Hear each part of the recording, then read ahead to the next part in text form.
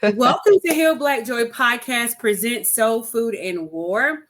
I'm Lola Troy, the host and curator of Heal Black Joy, the learning platform for our communities to heal our Black joy with tangible and attainable programs for the mind, body, soul, relationship, and businesses. And in today's conversation, you guys, we're going to be talking about be bold, be brave, be confident with power, passion, and purpose. Yes. My guest tonight, you guys, is none other than Miss Lolita E. Walker. She is a single mother of one. Lolita is a sought-after thought leader at the forefront of a movement that empowers busy women in high-powered organizations to feel and trust the power in their paws. Lolita champions her clients to stand upon the foundation of who they are, to break barriers and move distractions from their path. This intentional shift to a renewed mindset leads to actions, then drives attainable and undeniable results. Lolita leaped from the corporate space after 20 years to entrepreneurship and founded her personal and professional coaching and consultancy, Walker & Walker Enterprises. She is a certified life leadership and executive coach, TEDx and transformational speaker, poet, and author of both The Intersection of You and Change and Can We Talk? Letters and Poems to Reclaim a Bolder You. Lolita is a podcast host of Coaching, Cocktails, and Conversations. She's a retreat cultivator and a change champion for you. Lolita graduated from Morgan State University as an industrial engineer and Simmons College with an MBA. She is a woman, a minority-owned small business owner, an active member of Alpha Kappa Alpha Sorority Incorporated, and holds leadership positions on several boards with multiple organizations, you guys. Please welcome Miss Lolita E. Walker. Hey. I'm so excited to be here with the family, and I can't wait to get into the juicy conversations. Thank you so much for having me. Heal Black Joy. I love it. Thank you. How are you this evening, though? I'm doing amazing. Actually, I was, just tonight, I have an assignment that is due by 11:59. And I said, you know what? But this is such a welcomed interruption and an intentional one so that we can really heal Black joy, right? We just want to give a couple smiles out to the world, have a great conversation, and who better to do it with you and your audience. So I'm excited to be here. I am too. This has been a really just anticipated conversation because, you certainly live a bold, brave, and confident life, and you do it with power and passion and purpose. What is your why behind all that you do, but most importantly, all that you are? Oh, such a loaded question. I love it. I'm going to try to be succinct when I answer that. My intention is literally to live in my most be free space. And those people around me are attracted to that because the way that I define your most be free space is, where are you when you feel your most excited, when you feel your most released, when you can take that breath and you're like, like that place right there. And so for me, it's a state of mind. And so my boldness comes because I'm clear, I'm aware, I've been through some things, and now I'm very clear on where it is that I want to be and then what brings me joy and calm inside of my life. When you have all of that together, then you can shift and do things amazingly. And I think that's pretty dope. Yeah, I think that is too. I remember how we met. We met through a mutual friend of ours. And you got me on your cocktail conversations, your coaching cocktail and conversations. And we were talking about so many things that were transformative, especially when it comes to women and how we carry ourselves in our lives. And I think being bold, being brave, being confident, but doing it with power and purpose and passion is super imperative. So in my experience in coaching women, I believe that women gain that bravery, the boldness and confidence when they show up for themselves, right? And I also believe that power and passion comes and it marries your purpose from discovering your purpose. What are your thoughts on women finding power and passion from discovering your purpose? Yeah, I'm always talking about how power, passion, and purpose are this trinity, right? And I love to describe myself as I am power, I am passion, and I am purpose. I'm all of those things. And I think that when we can really claim the power that is us, when we can stand in front of a mirror, we can look inside of the mirror and say, I am Lolita Emmanuel Walker. What does that mean? Mm, What does that mean? And sometimes that drips with tears, because how often do we literally look in the mirror to really look at ourselves in our eyes? But when you choose to do that, then you can choose to start to see the strengths that you bring to the table. You could listen differently and intently, and you can hear how people say that you transform them. Like, hey, guess what? This is what you said, and this is what I did as a result. Like, as you stand in your boldness, like this whole boldness, as you stand in the power that is you, you walk, talk, and you behave differently. So doors will open up differently. You will see things differently. Resources will start to come to you. And the thing is, here's the juiciness of it all. I mm, love to know, right? Like, lean in, everybody. I lean love in. to know this right here, is that all of that stuff is around us all the time.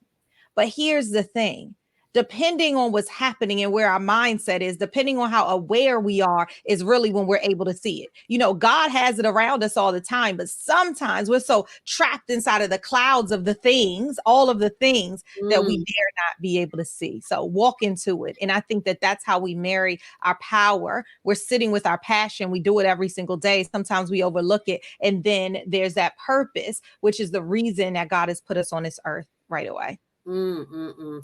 I think that that is so good when you say you show up boldly, in any space that you're in. But I think what has happened specifically with in our community with Black women, we have a hard time showing up boldly because we forgot who we were, right?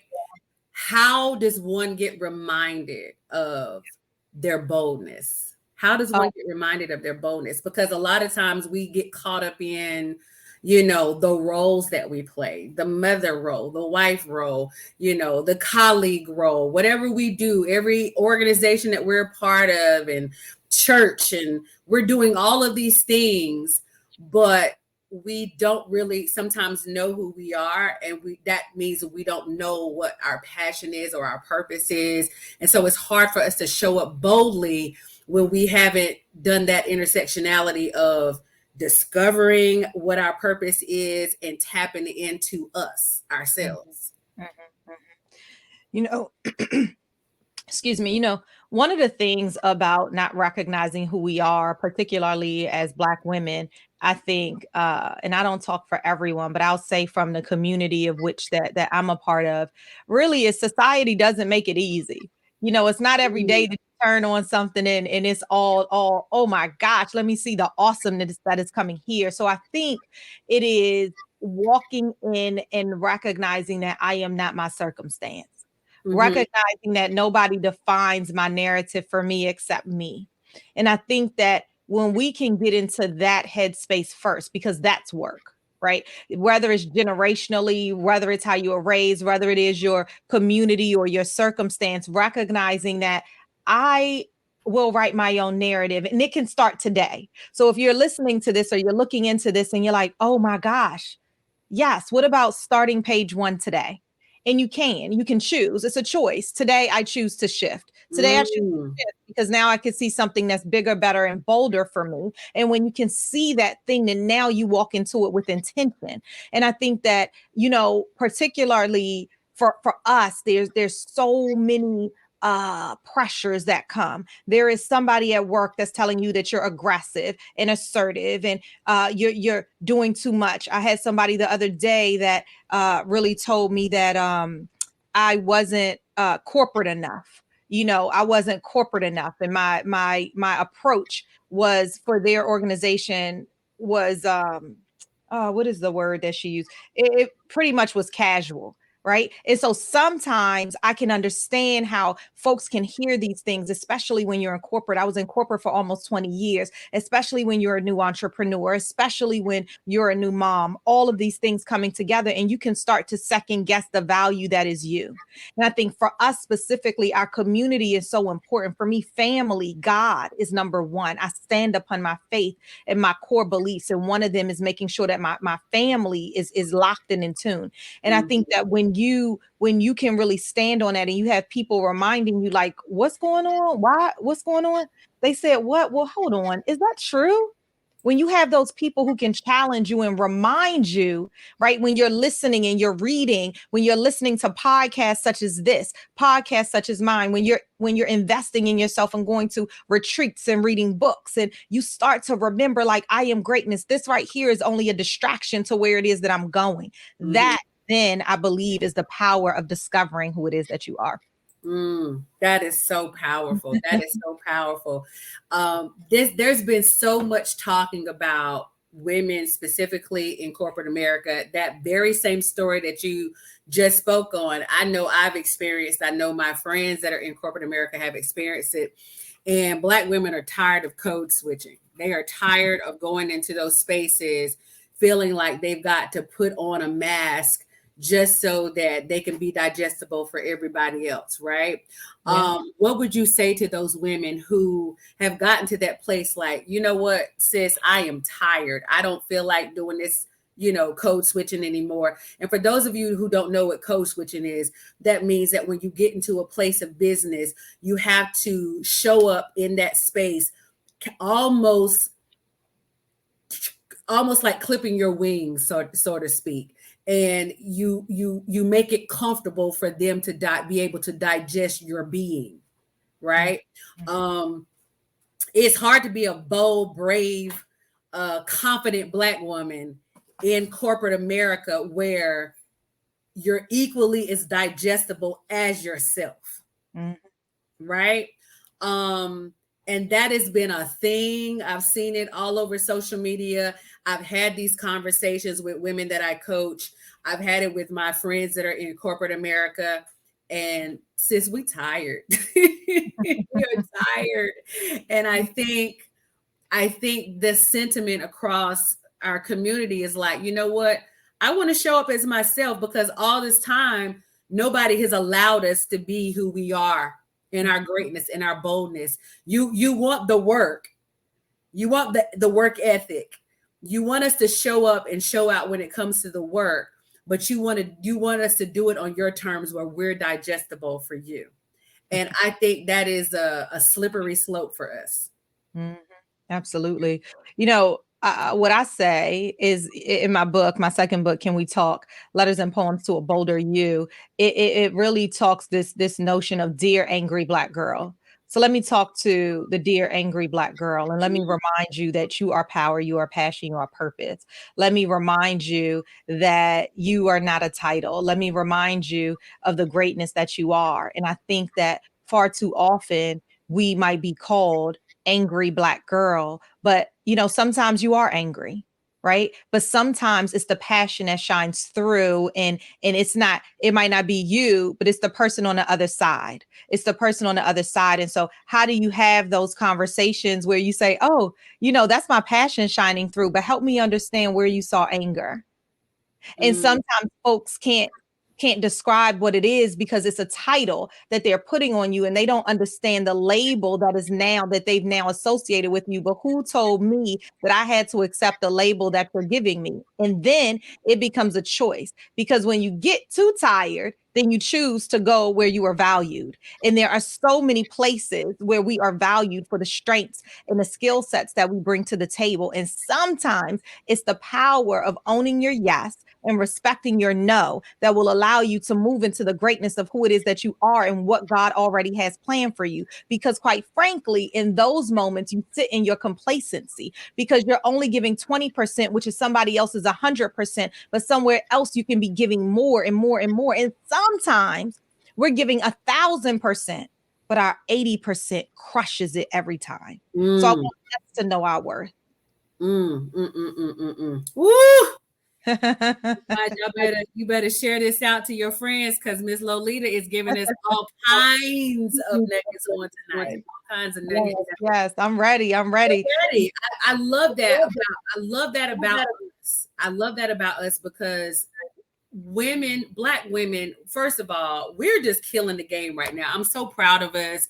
I'm proud of how we're showing up, in those spaces, whether it's corporate America, whether it's being a business owner, whether it's being just a bomb mom, just we are killing the game right now. And I love this resurgence of us knowing who we are, knowing our worth, standing in it, standing in our worth. And what do you say about your yes and your no? Own your yes and respect your no. Yes, I have t-shirts and sweatshirts because it's so super powerful. That is so powerful. Owning your yes and respecting your no. Yes. Where does owning your yes and respecting your no come from? Because oftentimes, in my, I'll tell you, there are 3 words that I said that totally shifted my life.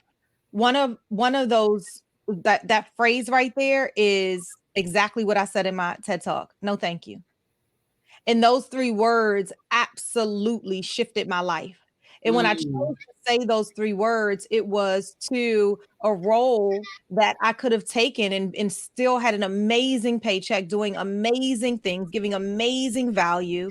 But I chose those 3 words. And I don't know if I didn't choose those 3 words, if I would be right here talking to you. I always possessed the power and the passion. I always knew that, I always possessed that. But sometimes we have to respect the no that comes along in life, because you could feel it. Like you could feel the no you should have said 2 weeks ago. You could feel the no that you been should have said. You been should have said it. But right? You can feel that thing. So walk into it scared. Go ahead and leap and own your yeses, but respect the boundaries of where your no gets you, because your no absolutely is saying yes to you in some form or fashion. Mm-hmm. Even though you're saying no to someone else or something else, you're saying yes to yourself. Absolutely. I'm going to share this out on my page. And that is boldly showing up for yourself. Yes, it is. That is what it means to be bold, be brave, be confident with power, passion, and purpose. When you know your purpose and you get passionate about your purpose, you find your power, and it allows you to be bold. It allows you to be brave. It allows you to be confident. I know that you have 6 core values when working with women, men, and organizations, right? And I love that you use acronyms. So values for you is velocity, awareness, alignment, adjustment, leadership through love, unshakable and undeniable, excitement and exploration, and serenity. I want us to kind of unpack some of these. Okay. I love all of them, but there's some that really, really stuck out to me. One was velocity. There are objects that move at a speed that propels us further, farther, and faster. We sit in the power of our pause and boldly shift accordingly. We are allergic to average, dare to leap beyond complacency, and choose to educate and empower our customers and clients. So I know for me, a lot of times when I believe that people sometimes become a vibrational match to one another based off of whatever they're going through in their life. And I know for me, along the journey of my life, people, would come into my life for whatever reason in season, and some for a lifetime thus far. But I know when I'm out of alignment, because I understand the velocity of my life and the complacency of somebody else's life will cause us to disconnect. Right? Because I'm always a person that's always striving for bigger, better, more, to grow, to make myself better. Right?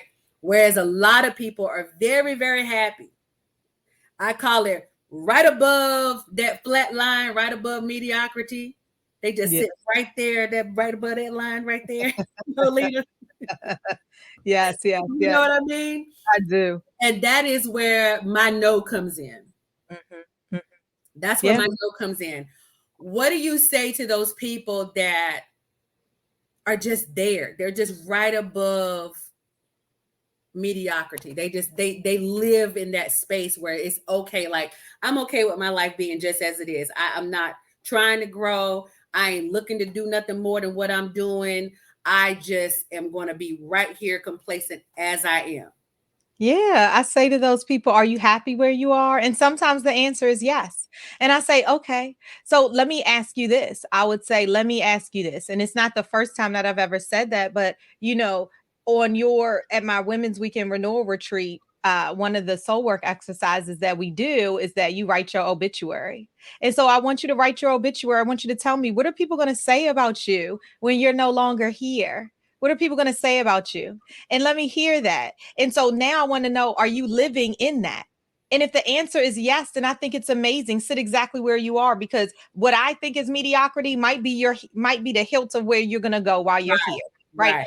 Right. My vision of where I'm going might be so far forward that you don't even see it yet. So I'm not here to make sure that you get to that place, because your place might be exactly where it is that you are. So there's no judgment. But what I will say is, what you want people to say to you, what you want people to say about you when you're no longer here, about the footprint that you leave inside of this world right here. If you're not going ahead and living inside of that right there, then there's a gap. And that gap I could help you get to. Right. That gap, I could help you to shift. I could help you to close that gap and get to where it is that you want to be. But if it is that you are living that thing called life, and you are amazingly happy, and you are doing all of the things, and there's a match between what you want people to say and how you're living right now, then I say do your best in where you are.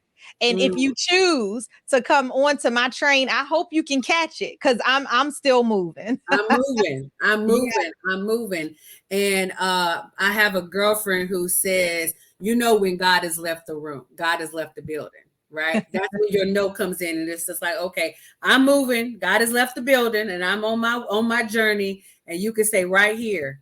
But I love that when you're talking about that footprint. What is your footprint that you're leaving on this earth when you leave from this time, space, reality, and you go on to the great beyond? What are people going to say about you? That is something that is so special and so powerful, Yeah. because I don't think people really think about that. Mm-mm. What's I the don't imprint think that you're people leaving think right about it here? at all. You know that there's a poem, Footprints. Have you ever read Hmm. Footprints? Okay, Hmm. I feel like we all have read Footprints. It's been in Yeah, everybody's house, from if you right. were young, I'm yeah, trying to say, I think my mama has it yeah. somewhere. Your grandmama has it on the wall somewhere in the house. But Footprints is so amazing. I have it in my room, that version there. If you have never read Footprints, and I encourage you, you could Google it and read the poem. But what that poem reminds you of is that you are steadily walking, right? You're steadily walking. And what I do when I think about when you're walking on the sand and you see those footprints right there. What if those are yours? What is your imprint leaving? There's a little piece of, I did a live this morning, and I'm always talking about this right here. Every time I speak, when you speak, when each of us speak, when each of us show up and we're talking to somebody, we leave little pieces of us. So there's a little piece of Lolita that is now imprinted on you that you're taking every day. And so I'm very careful, because my words have power. So I'm very careful. My words are really, if they're penetrating you, they're going to stick with you. And I'm very intentional about the sticking with you. And what does that mean? What does that say? So my imprint, Lolita's imprint on this world, is that I want people to say that, wow, while she was here, her words not only touched me, they not only motivated me, they not only inspired me, but they shifted me to a renewed action. I want them to say Lolita is a loyal friend. I want them to say Lolita is an amazing mom who always talks about her son. If you follow me for anything, my son is Walker George Bishop, and he is my everything. And so as I groom him, I share the vulnerability with you all. I want people to say about me that Walker and Walker Enterprise was at the hilt when Lolita is no longer here. I want you to be able to say, wow, she was an author, speaker. Wow, I saw her inside of this form. She was a podcaster. Oh my gosh, she was getting her PhD. Oh my goodness, she did this. She did this. I want that. And at the end of the day, I know that I am sitting in that right here. I want them to say that her presence was known when she walked into a room. Done, done, and done. When you know those things, you walk in those things. That's what I want people to say. And here's the thing: do people say them? Mm. and I can answer yes to those things. Mm, Right. And there's yeah. still things that I haven't even accomplished yet, that I was actually on the phone with someone the other day, and they said to me, to somebody at my retreat, this is Dr. Lisa. Dr. Lisa said to me at my retreat, she was one of my amazing facilitators. She said to me, big stages. That's how she started it. Big stages, period. And then she went on to talk about that. Like when somebody sees something in you and then they decide to show you, no matter when you think that you're moving and you're moving, it's this reflection of you. And you're like, wow, let me look a little bit further, because I thought I was all the way out. But wait, I need to even go beyond where I was right then. Right. Mm. Somebody the other day told me, Lolita, listen, I know you're doing all of the things, but I don't even think you know what you got in you. That's Don't powerful. Isn't that powerful how people can see? And I love that, where people can see things beyond what you can see about yourself, right? Yeah. I was getting chills when you were saying big stages, because I see that as well. You know what I mean? So Mhm. I know what she was saying is absolutely correct, because golly, when just hearing you talk and understanding your story and understanding your why and understanding your pivot and just connecting with you, it was just like, yeah, there's something about this woman that I know somebody needs to hear her. And when they hear her, they're going to be impacted by whatever she says. Yes, yes, Yeah. yes. Thank Yeah. you so much. Absolutely. And it's a gift. And this is what I mean, based on one of your questions that you asked earlier, is when we start to really look at our gifts, when we become aware of what they are, what if we like just leaned into those gifts? You don't have to do anything differently than what God has already given you. Like lean into your gifts, your own gifts. Yeah, lean into your gifts. And I think a lot of times, I want, this is a good segue here, because your next core value is awareness, alignment, and adjustment. Come on. We take inventory of our surroundings, ensure that we are aligned as we move forward, and make the necessary adjustments to meet the goals of our customers and our clients. And that is coming from Walker and Walker, but that is something that you can apply, that's applicable to your life. I mean, there are so many of us that are not self-aware. When you're talking about leaning into those gifts, you got to have some awareness about yourself to know what gifts you have so that you can lean into those gifts, correct? Mhm. And Absolutely. I think that we get so, like you said, we get so covered by the cloud of everything that's going on in our lives that we don't move out of the cloud so that we can be aware, knowing what we need, knowing how to communicate, knowing what our past trauma is, healing that inner child, doing the work, doing that healing work that it requires for us to be able to have a clean slate, to hear from God and have that channel where you can actually tap in so God can direct your path and you can start doing the things that you're supposed to be doing, that God placed in your life to do. And Come a on. lot of times people are just not aware. And the alignment, they're not aligned. We are not aligned. My prayer has always been, Lolita, God, may it be divine timing with divine people for a divine purpose. Oh, nice. Yes, yes, yes. That is my prayer. And it hasn't always been my prayer. I haven't always prayed that prayer. But when it came into my being to pray that has Yes. been my prayer going forward, along with other things that I pray about. But when it comes to alignment, I'm Mhm. almost 50. I'm not in a space in my life where I need to have no fluff around me. I don't need to have any naysayers around me. I don't need to have anything around me, people, places, or things that's going to hinder me from fulfilling the purpose that God has placed in my life. Amen. You know what I mean? So Mhm. alignment is key, but I think you have to be aware to be aligned. Oh, absolutely. Absolutely. You know, you're right. When I talk about these values that's on my site, it's about the values that I hold dear, but it's about the values that my company sits upon. And so, you know, when this is talking about this awareness and alignment and adjustment, it's exactly what you said. It is that we are aware of what's happening around us. We're aware of you as a client. So when we think about that, if we take it to the individual, our own personal awareness, right, is what then drives us to ensure that we're aligned, because then you make choices. Am I aligned with this or am I not aligned with this? Then you can choose, am I going to own this yes or am I going to respect the no that's going to come along with it? And then should you choose to move, because sometimes we decide we're going to go left on this one, so we're going down, but then you have to remember that it's time for an adjustment.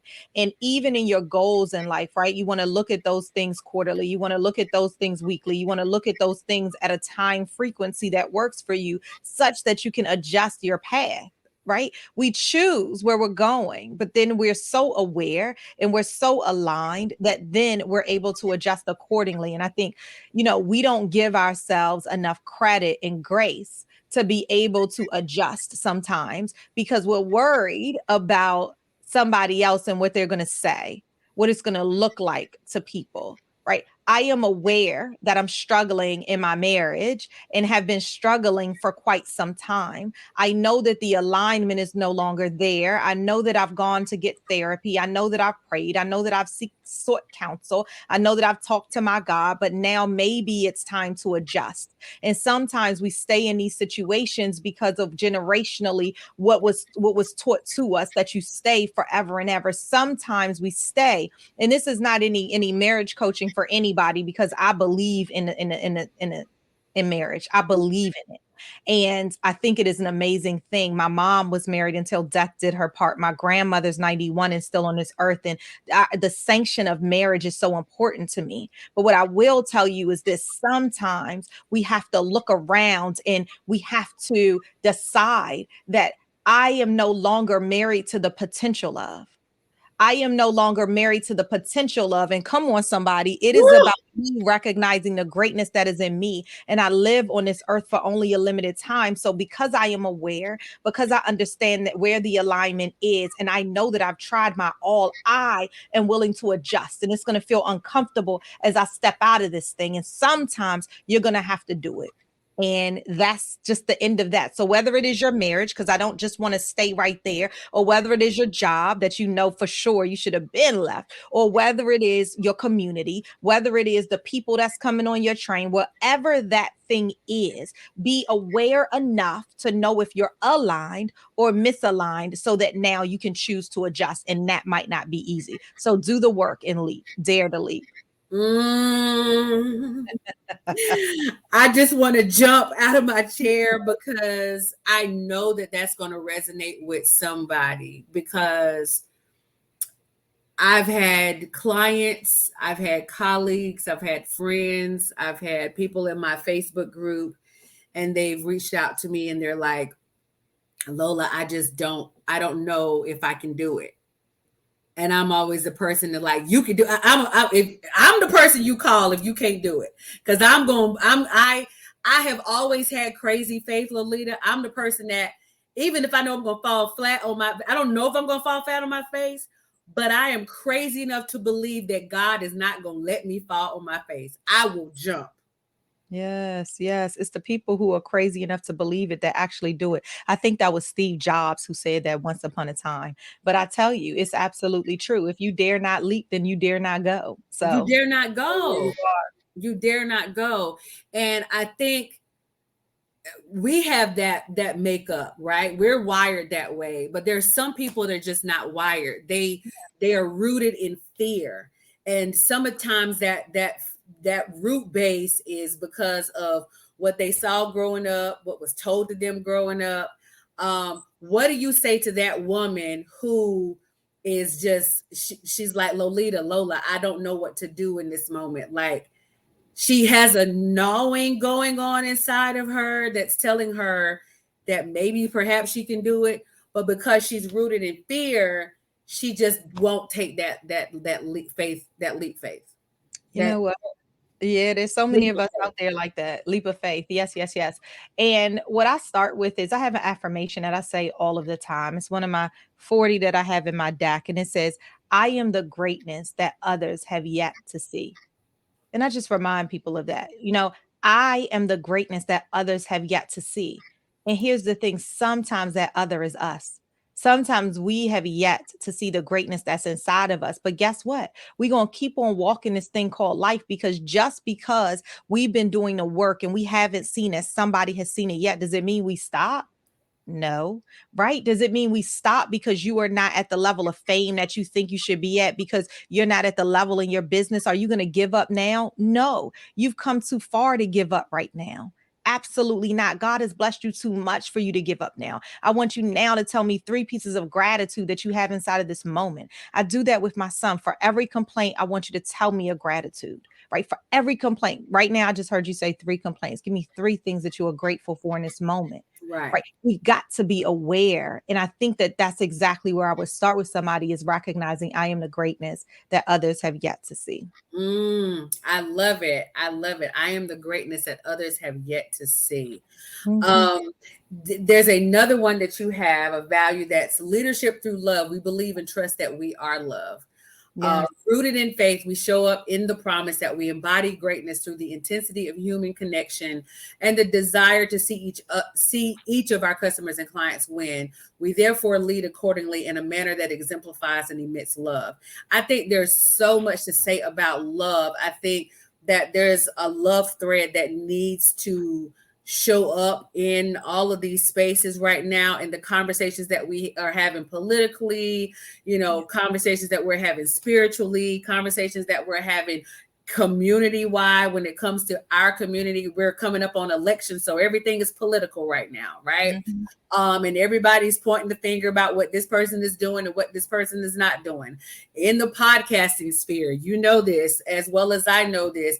There have been podcasts that have popped up, and Black women are saying this about Black men, and Black men are saying this about Black women. And I feel like there is not a vibration of love. Mhm. Mhm. We Mhm. don't lead with love. We don't speak. I do. I always used to say, speak life, spread love. Anytime, like you said, when you leave that footprint, you're saying something that is leaving an impression on somebody that they can take with them, that's impactful to them, right? I do the same thing. When I'm speaking to someone, I want to impart wisdom, peace, and love when I speak with them. I lead with love and I speak from a place of love. I want to encourage folk. But the overall, what's the word that I want to use? Not consensus, but the vibration of the world right now. The way that I feel, I don't feel like the vibration of the world is vibrating on a frequency of love. Yeah, yeah. Our world has definitely shifted. But what I'll say is when we lead through love and when we recognize that we control who we are, like I control this thing, Lolita E. Walker. I influence my son and those people around me. But what I will say is through our leadership and love, the way we show up, other people will come. They Yeah. will come and they will act accordingly, as a result of how we show up. And then as a result of you always leading in love and leading through love is this notion of God said that I am love. And so I believe that forgiveness sits at the helm of that, quite frankly. And I think that this forgiveness journey is so super powerful. And it's not an easy journey to go through. But when we do that, then we release so much of all of the things that's heavy on our hearts. And so you now have a perfect opportunity to lead through love. You mentioned politics. And, if you would have asked me 2 years ago or before then, if I'd ever be in politics, my answer would have been absolutely not. But when I was asked to run for the school board, which actually I'm running for right now, our elections are November 8th. So I encourage you all, if you're in South Prince George's County, vote for Lolita E. Walker. Side note. I know But that's right. yeah, side note. But here's the thing is that it is a dirty game. And I hadn't quite recognized how slippery it was. You know, you see it and et cetera, but even at the local level. And so this is what I say is that those things have been there, will be there. Now I'm getting to see it a little bit closer. But the reality is I can control how I move, and I move in love. That's the end. That is it. And so that's who I will be. And the beauty of it is if I accidentally put my toe into the other side of the road, then I have enough people around me who will remind me of who it is that I am and who it is that I want to be. The imprint that I said I want to leave, that footprint, they will remind me if I accidentally shake outside of that. And so that's the Mm. beauty of having a great community. I love that. I love that. I want to go back to something that you said about forgiveness. Mhm. Forgiveness is big for me because I went for a very, very long time holding on to a thing that I couldn't forgive someone for. Mhm. Right? It was on me. It was on me, Lolita. And when I was able to forgive, like when I came into the awareness, it really wasn't about them. It was more so about me. When I came into that awareness, I realized that my life shifted. Yeah. My life opened up where I had a new lens. I had a new lease on life. Opportunities came my way. Things that in people, places, and things that I wouldn't have dreamed of happening happened. I, was able to be on a project like a project that I probably, if you saw it on paper up against anybody else, I was not prepared for. But for whatever reason, God just skipped everybody and just put me in the front of the line, and I ended up having this world renowned opportunity to do something really, really great. And I believe it was because of forgiveness. Absolutely. And from that lesson, when I was able to forgive, my posture was different. Yeah. My attitude was different. You were talking about the angry Black woman. I was the epitome, okay, of an angry Black woman. I showed up in spaces, and people, I don't think a lot of our sisters don't realize how we show up. Mm-hmm. Right? They don't think that because it's become their norm or it's become their default setting, we don't realize how we're showing up in the world. Right? We're just showing up as ourselves, but we don't understand and realize that anger rises to the top. And before anybody hears anything that comes out your mouth, the disposition that you carry will show that you're angry. Mm-hmm. The energy that's around you that you bring into the room will show that you are angry. And when you were just talking about forgiveness, it just took me back to a place in my life that I'm no longer. And I remember when I made a conscious decision, you know what, I'm going to forgive this person, and I released it. And I also, years later, as a matter of fact, this year, I was able to have a conversation with that person, and I asked them, I said, listen, I know let me apologize to you. And I said, and my request to them, Lolita, was, if you can, at some point in time, and I'm not giving you a date or a time when you got to do it, but if you can, release that version of me that has held you hostage to my anger. Mm-hmm. And it was such a powerful moment because it allowed them to also think about the space that they were in about that forgiveness journey as well. So I was able to not only release them, but perhaps hopefully they were also able to release that version of me that I'm no longer. Mm-hmm. They could see me through a different lens. We could have a different type of relationship at this point. Absolutely. You It's a know, it's a release. it is It's a a release. it's a beautiful release. And I think that that piece is so important to how we can navigate. I think for me, it was really the recognition that, oh my gosh, I really can be gone tomorrow. And I have been here just like holding on, like I'm so frustrated at this person and I'm going and going. And every single time it just burns me up, even to see the name come across the it's like, wait a minute, why am I giving that much energy and power away? I did this podcast episode one time. It was called, I don't know what it was called, but it was basically about releasing your power. Like how sometimes we give our power away. We just say, okay, the phone rings. We look, we be like, okay, you can have my power today. What? Right. No, I've just filled up. I just filled up. I'm all the way. I am pouring from my overflow. And how dare me allow you to suck away the power that is mine? I don't have time for that because my power, and this is what I try to explain to my son too. I love the power of imagery. And so if somebody's able to take this today, but imagine having an IV in, and that thing is power. And this power is filling you, and somebody just comes and takes it away and they just filling themselves up. What you gonna do? You just gonna sit there and be like, oh, okay. No, not without my permission. Right. So now who are we to allow somebody that thing? And I tell my son, and you don't see that's one way they go ahead and take it.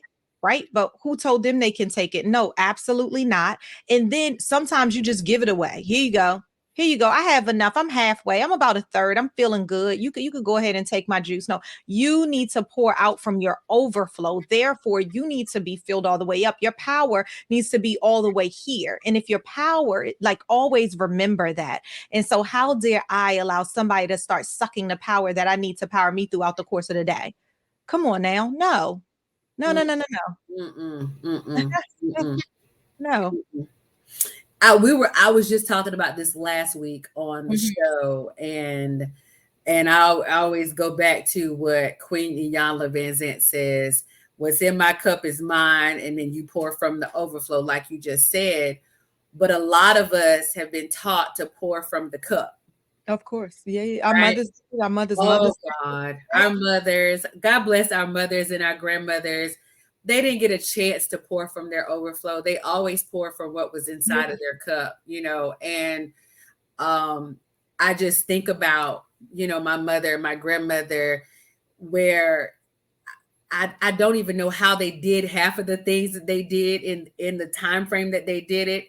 And they still kept a smile on their face doing it, while being graceful, while being ladylike, while showing up in every space. Like my mom, she is just, to meet her is like the epitome of just this real graceful. I always tell them, like, Mom, I will never be as graceful as you, because she just came from that time where women were just real ladylike and very graceful and pretty much peaceful.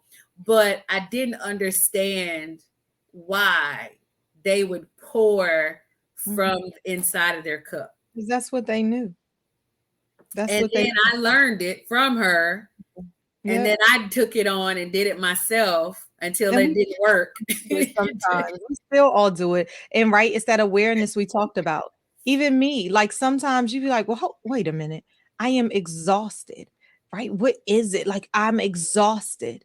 I'm not talking about I need some vitamins and that's going to get my energy. I'm just talking about my spirit is exhausted. My head is exhausted. Today, literally, I was doing some stuff for school, and I was talking to somebody on the phone. I was like, okay, yeah, I got to do that tomorrow. They was like, yeah, but that's on Sunday. I was like, what's today? Thursday. Get it together. Get it together. Take Right. yourself a break. I stopped what I was doing. I went downstairs and I put my feet up, because sometimes we have to be aware enough to know that this right here is misaligned with where it is I want to go. It goes right back up to above when we were talking about alignment, right? And adjusting in that moment, no matter what I have due tonight. I need a minute, because the way that I'm going, it's not, I'm gonna run out. Where's my power IV? I need that. I need that. I need that. How powerful is it to rest Yeah. And we're not getting enough of it. and not feel guilty that you're doing it? Ooh, guilt, releasing the guilt. I just did an episode on Good Morning Washington about that. Mhm. We get so guilty because, we've seen our moms and our grandmothers go go go go go go go go go, Yep. and then we take up this same space of go go go go go go go go Don't. go, like you said.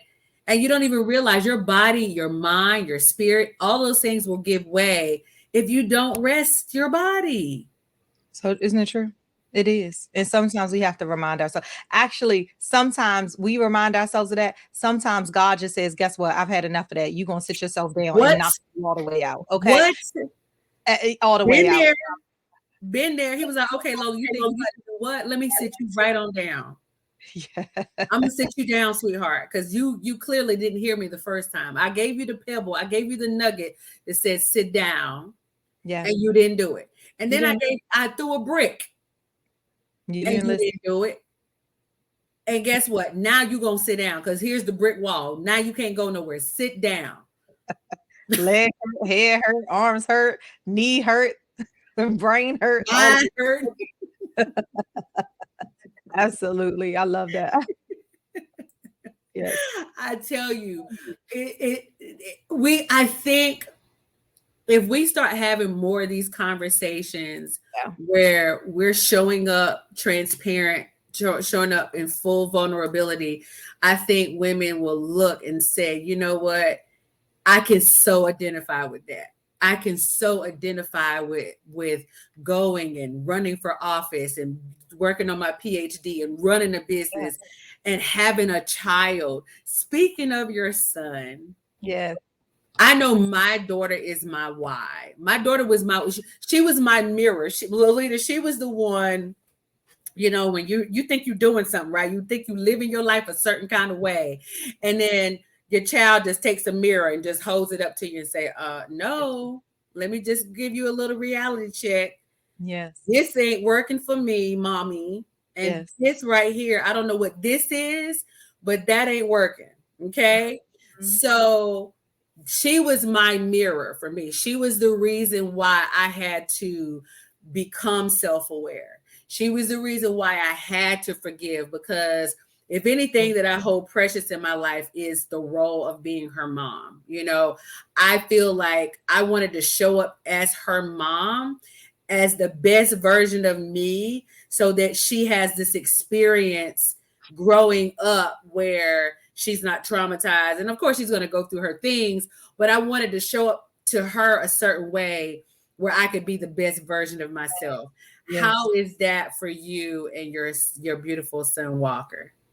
Walker is amazing. You know, it's so interesting. He is traveling right now, but if he was here, he would say, "Did you talk about me?" You know, "Oh, what did you say about me?" You know, he listens into when I'm doing podcast episodes, and he's so in tuned. And so Walker does show me a reflection of me, but he also shows me a reflection of my dad, who's no longer here. He Mm. also shows me a reflection of forgiveness that I must have. He also, you know, some things he says sometimes, and these children these days, my son is in the 5th grade at present, and I mean, some of the things he says, just to even have a conversation like, well, why did you say that? And I'm like, oh, it's no more that you can say because I said so, which is what my parents said. I mean, you could. Right, Now right. I'm in it for the dialogue. I'm in it to make sure you know, because I want you to be real clear when you walk away. I said that because this, or because you've done this twice, and this is the 3rd time I've had to ask you. So now you're all set. I'm making sure you're clear. So Mm-hmm. you're going to adjust as you continue to move.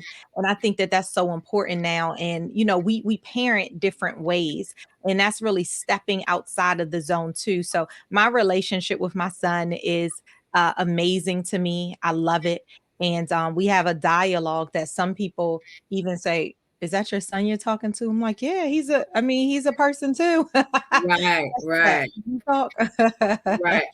I know the journey of parenting a daughter in this time is very different than parenting a young Black male child, right?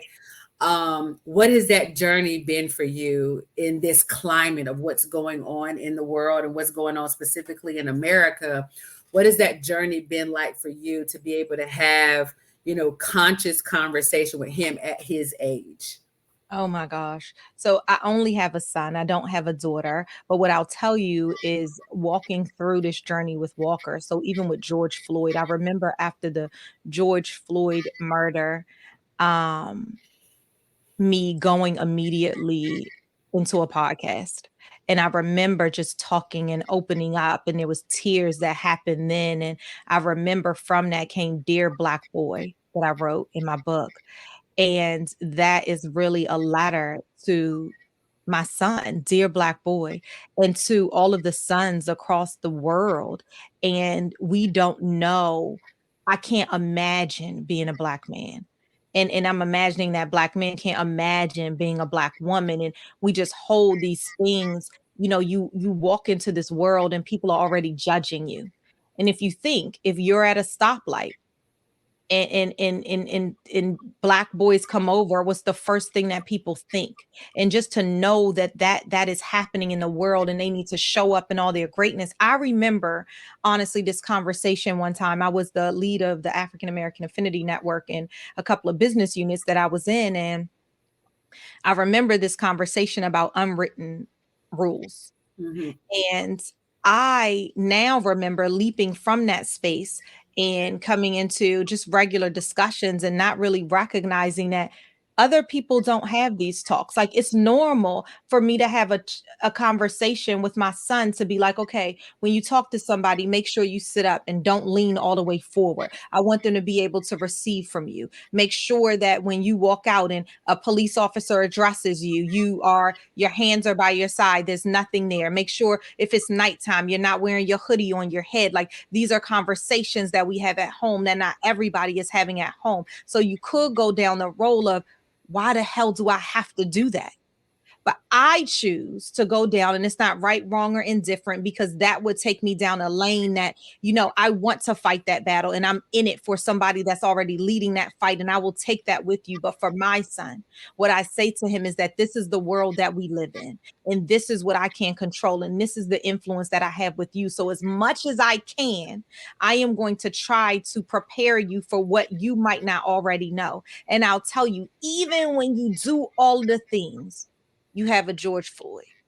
Even when you do all of the things, you have an Ahmaud Arbery. Even when you do all of the things, I could just call and call and call names of women and men that show up, right? Right?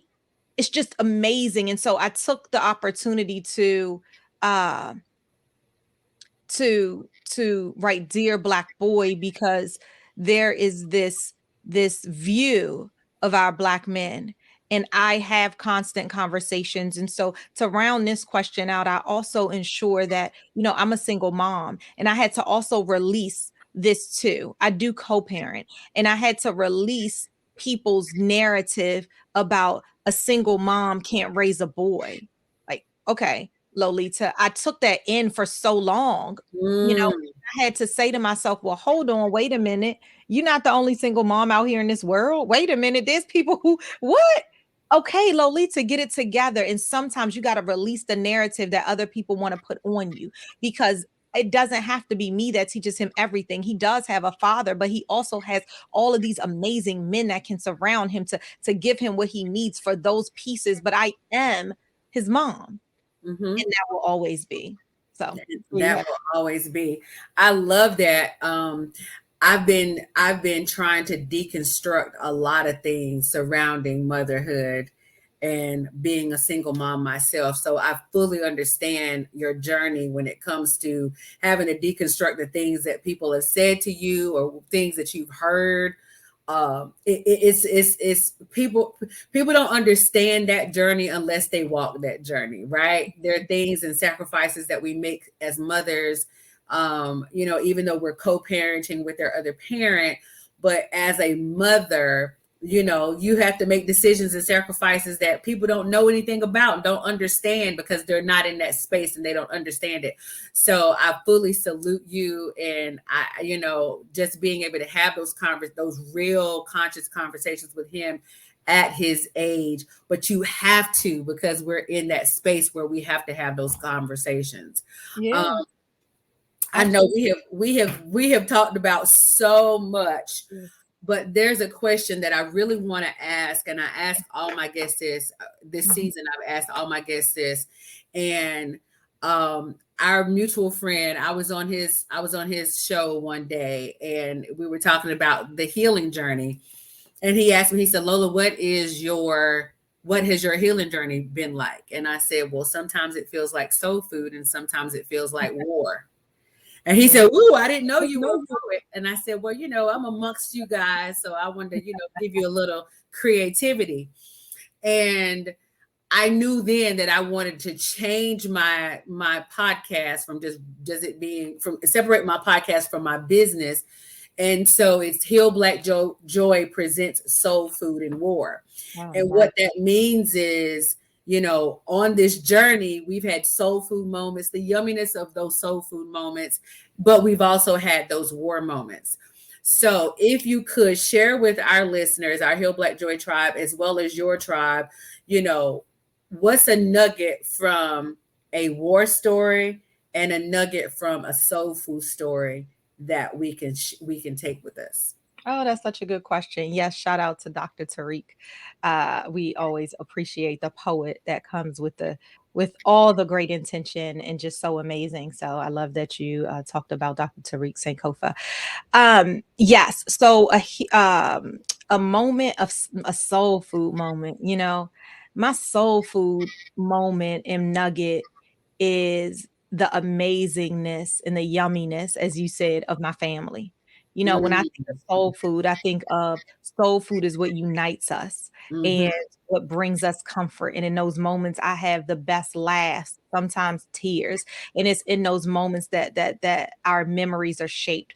So for me, soul food nuggets that I would leave with folks is really the power of family and the power of keeping your family close. And whether that's blood or it's people you consider your family, making time and moments for them. My mom is such an incredible source for me. In my family, she has made some amazing sacrifices in order to enable my success of where it is that I am right now. My grandmother is 91 and is here ooh, on. Yes. And so I love that. I think the nugget that I will leave from a time of war, let me think, is, when I was at my lowest, I think that was a war, internal war for me. And mm, I pride myself not engaging in war with other people because I release that real easy. But what the war piece that I'll leave is sometimes we're at a war internally. And in those moments, what I would encourage you to do is take a pause and surrender. I don't know where your faith is, but it's in those moments that my faith becomes the strongest.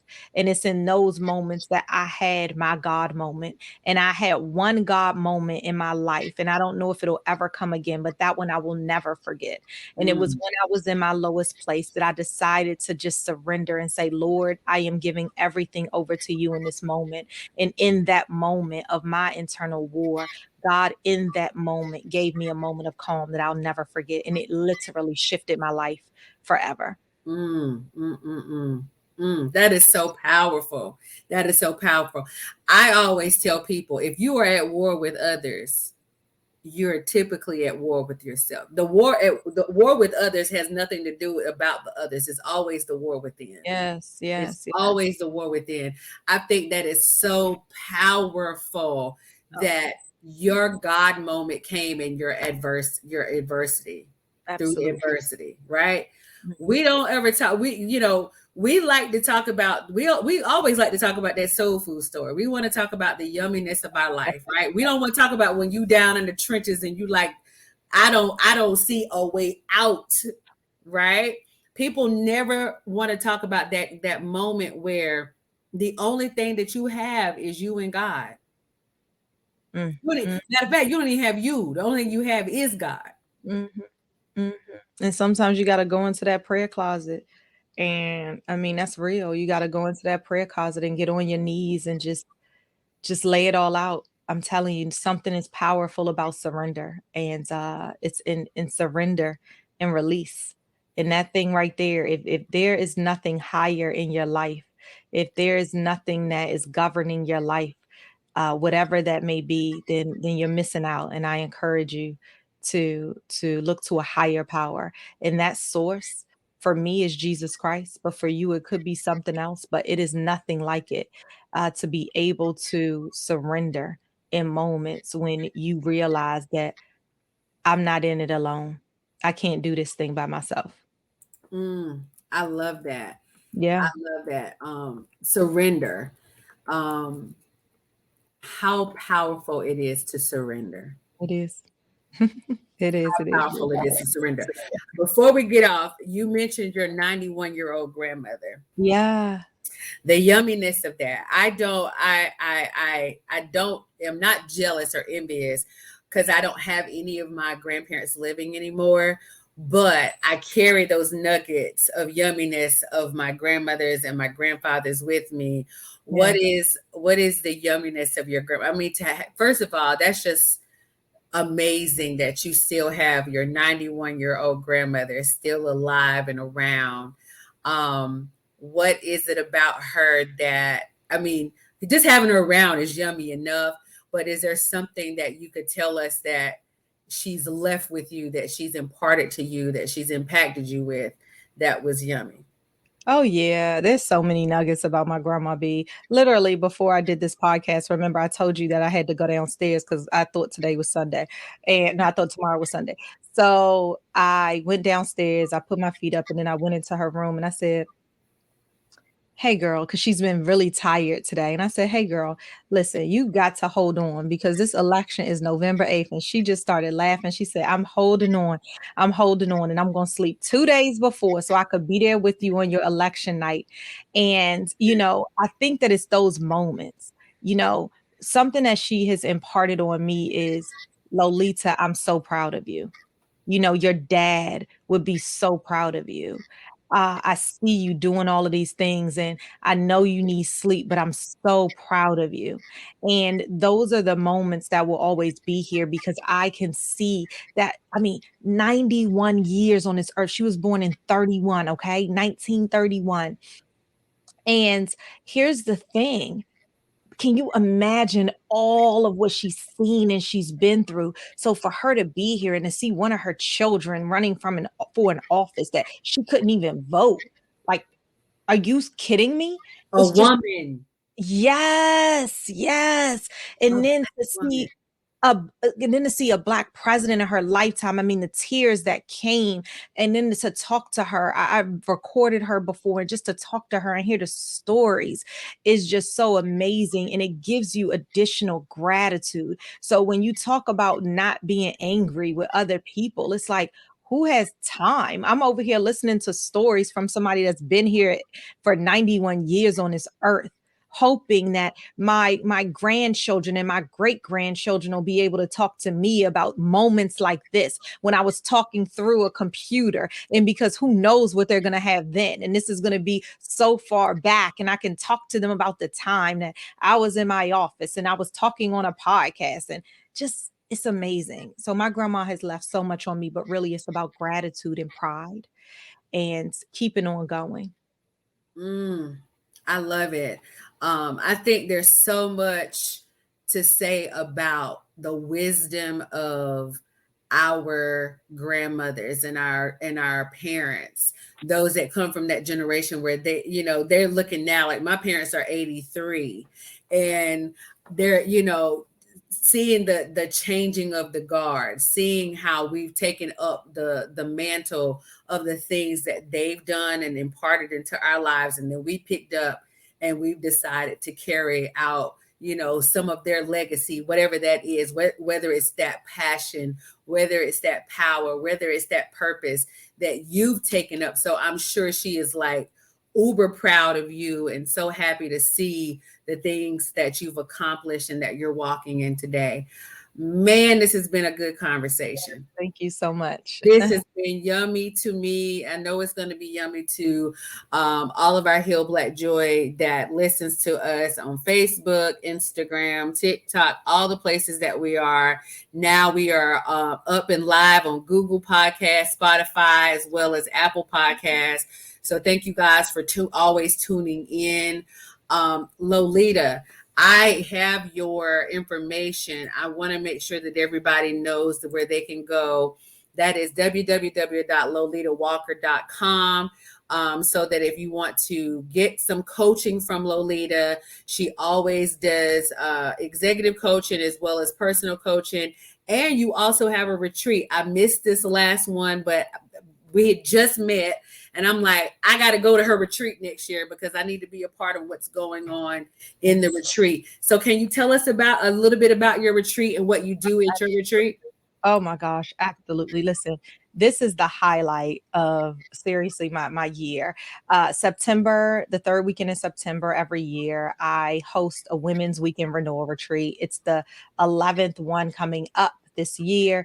And 11 comes because I've also been doing them virtually as well. I think I'm going to phase out the virtual. We'll see. We'll see.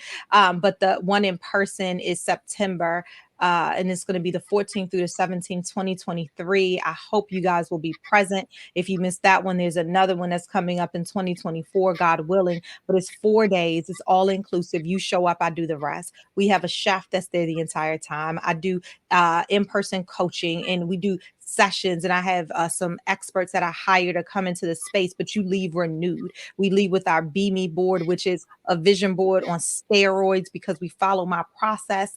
We do so much. You leave with accountability. We have accountability calls. I mean, it is just one. I started these retreats because I was going to these retreats and I would feel all right in a moment, but then I'm Mhm. like, and now what? And so I've developed it so that our now what is already included, so that our Mhm. right now transformation happens before you leave, so you can feel the energy while you're there, so that I have time to do what I do best, leveraging my strengths. And then I bring in other people so we could leverage those resources, and I can own the pieces of my no, so that I could sit back and also receive and fill up, right? That power we talked Right. about. And all of those things are so amazing because you don't have anybody saying, mommy, mommy, and you don't have anybody doing, coming and being a distraction. It's for you, by you. And I encourage you guys to look at lolitawalker.com/retreats. I love it. I love it. What else are you working on? I know you have an upcoming election. But let's talk about the upcoming election. Yes, thank you so much. Yes, I am running for the school board in Prince George's County, Maryland, District 9, which is southern Prince George's County, around Accokeek, Quasco, Piscataway, Fort Washington, Upper Marlboro, all of those things. And I am really running because I am doing the work. I've been a PTSA leader, elected position, appointed positions for 5 years since my son has been inside the school. I graduated from District 9 schools. And so when I talk about that imprint, when I talk about that footprint, it's really because I know that I am in a powerful position to make some powerful change. And why not be at the table where policy and governance is happening? And so that is there. That's November 8th. If you're in that area, then make sure you vote Lolita E. Walker, last name, on the ballot before the questions. I am also working on, I have a podcast like you, right? Coaching cocktails and conversations. I'm so excited about that. We have some amazingness that's coming up. I just launched new merchandise. Own your yes, respect your no is one of them. Clarity plus confidence equals commitment. PhD, mommying, all of the things. So if you need a powerful speaker, guess what? I'm here. Author, 2 books, you name it. But we are multifaceted. And I think the beauty is knowing you are too. And Yeah, everybody here can say all of these pieces and these labels that come attached with so much. But we are standing right here. And in these moments, I want us to recognize that we are bold, we are brave, we are confident, because we are power, passion, and purpose.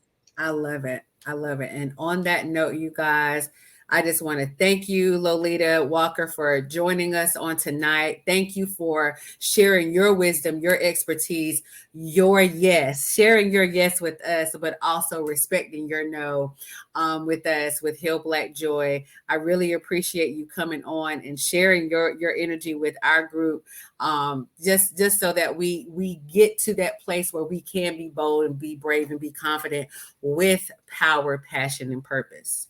So Yes, thank you absolutely. again. Thanks I for having me. appreciate you. Thank you, Hill Black Joy, for tuning in tonight, and those that will be tuning in for our YouTube on Saturday. I appreciate you for always joining in with us each and every Thursday night at 8 p.m. Eastern Standard Time. Until next week, we're going to say good night. Good night. Good night.